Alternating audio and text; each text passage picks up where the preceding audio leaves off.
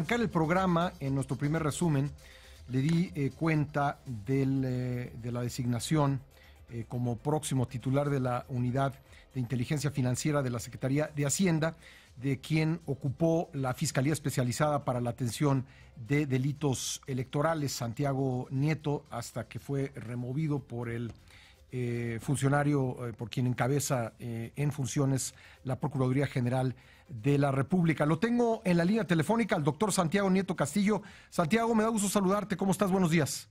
Buenos días, pues un saludo a ti y a tu auditorio. Bueno, ¿cuáles son para ti las prioridades que tendría esta área a tu cargo en la Secretaría de Hacienda, Santiago?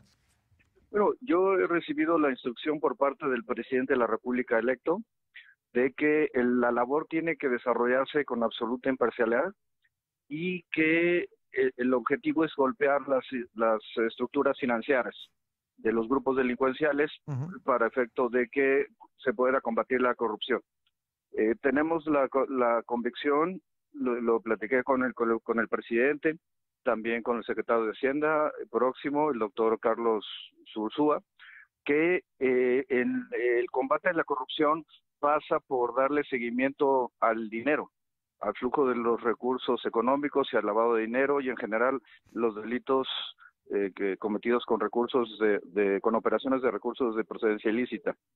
Por ello, la función y el objetivo es que se siga desarrollando la inteligencia financiera, pero que esto se pueda traducir en coordinación con otras autoridades, la Secretaría de Seguridad Pública, también con la propia Fiscalía General de la República, Sí. que esperemos que de forma rápida ya se transite de Procuraduría General a Fiscalía General, entre otras autoridades, para efecto de que los casos lleguen a presentarse ante los órganos jurisdiccionales para que se resuelva respecto a las responsabilidades administrativas o penales que procedan. Por otro lado, el enfoque también está pensado en utilizar las medidas cautelares, los temas de decomiso, el listado de personas bloqueadas, en general el congelamiento de cuentas en aquellos casos en que proceda y de acuerdo con los criterios que ha desarrollado el propio Poder Judicial de la Federación para efectos de inhibir este tipo de conductas que en última instancia se traducen en casos de impunidad y de corrupción que tienen que ser desterrados de nuestro sistema jurídico y financiero.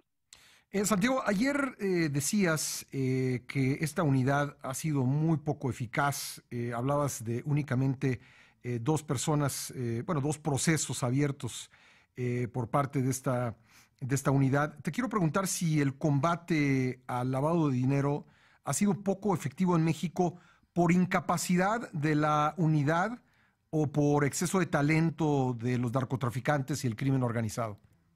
A ver, yo lo primero que diría es que la unidad ha desarrollado su función, sin embargo esto no se ha traducido en que la Procuraduría General de la República ejerza la acción penal en casos relacionados con delitos fiscales y financieros.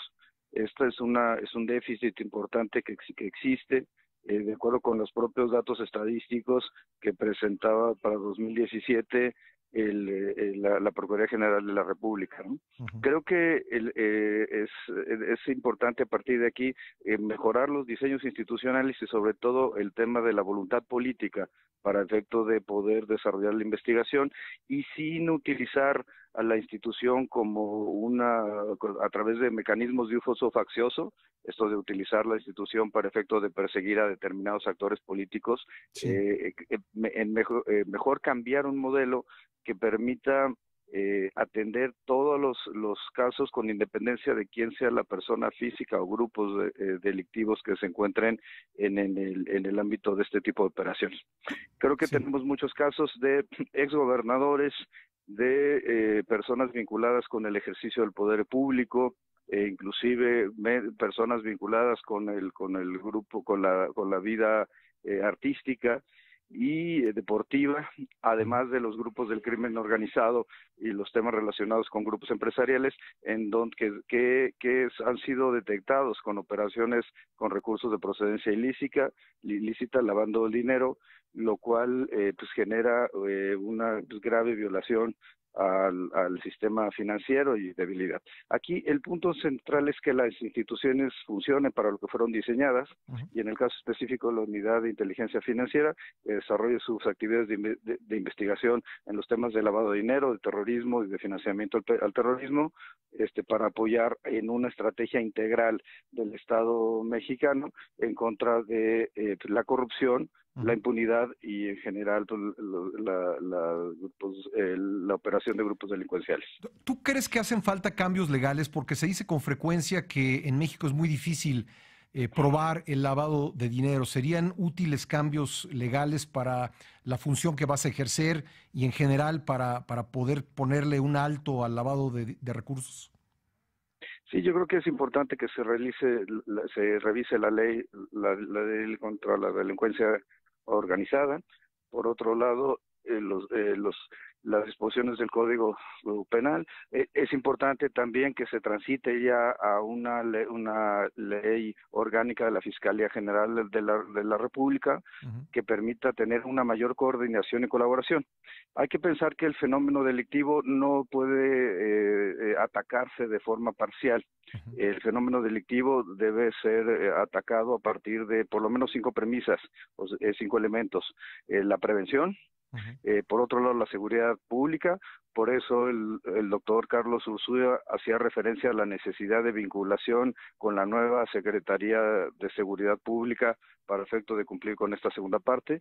La tercera parte serían los elementos de procuración de justicia, y esto implica pues la coordinación con la Comisión Nacional Bancaria y de Valores, la Procuraduría Fiscal, el sistema de administración tributaria, por un lado financiero, y por el lado penal, la Fiscalía General de la República, que tendrá que transitar de forma pronta a este modelo autonómico en el marco de una política integral de criminal por parte del Estado mexicano. Y por otra parte está la impartición de justicia y la ejecución de penas.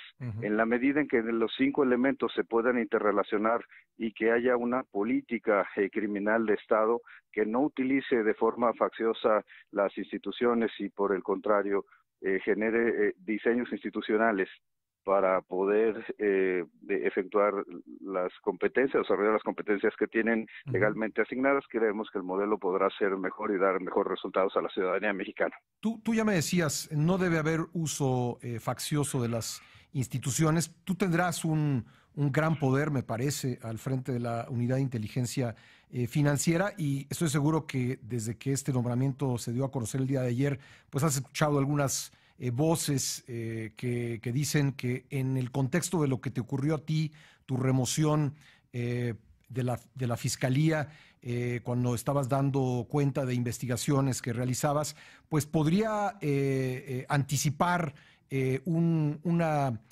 labor con alta politización por tu parte en la Unidad de Inteligencia Financiera. ¿Qué le dirías a quienes tuviesen esos temores? Bueno, primero que el presidente de la República electo me ha comentado que si queremos realmente dar resultados a la ciudadanía, tenemos que actuar en justicia y no en venganza. Yo, por mi parte, no desarrollaré ninguna actividad de carácter vengativo contra nadie. Me han planteado el tema de Alberto Elías o el tema de Emilio Lozoya. En realidad no se trata de eso. Si hay responsabilidad, investigaciones pues se seguirán. Si viene después del 1 de diciembre algún elemento, pues se desarrollará en la investigación sin filias ni fobias, pero bajo ninguna circunstancia con venganza. Nosotros lo que queremos mostrar es que tenemos un estándar y una calidad ética superior, y que por el contrario creo que la ética tiene que ser el mapa de ruta por el cual se desarrolle las actividades institucionales y no el uso faccioso de las instituciones y no la búsqueda de la venganza, que finalmente no lleva a nada.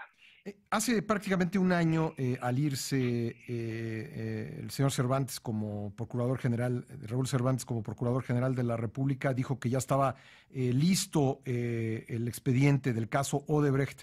¿Qué opinas al respecto? Desde la Unidad de Inteligencia Financiera, ¿podrías ampliar esta investigación. ¿Qué procede en el caso Odebrecht para ti con la experiencia que tienes al respecto?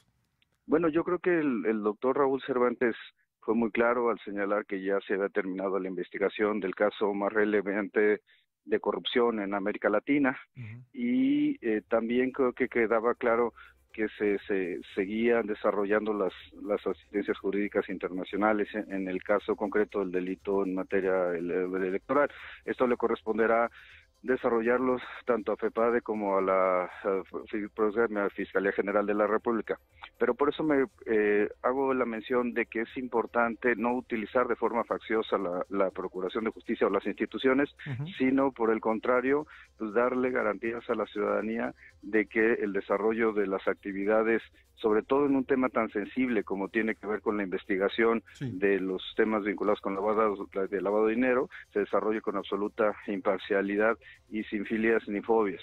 Yo creo que el tema central es que las instituciones funcionen para lo que fueron diseñadas, y en esa medida se podrá lograr los objetivos que han sido planteados por la nueva administración, que es desarrollar las investigaciones para efecto de prevenir y combatir el lavado de dinero, y con ello afectar las estructuras financieras de los grupos delincuenciales, y finalmente combatir la corrupción, que es un cáncer que está lacerando de manera grave a la sociedad mexicana.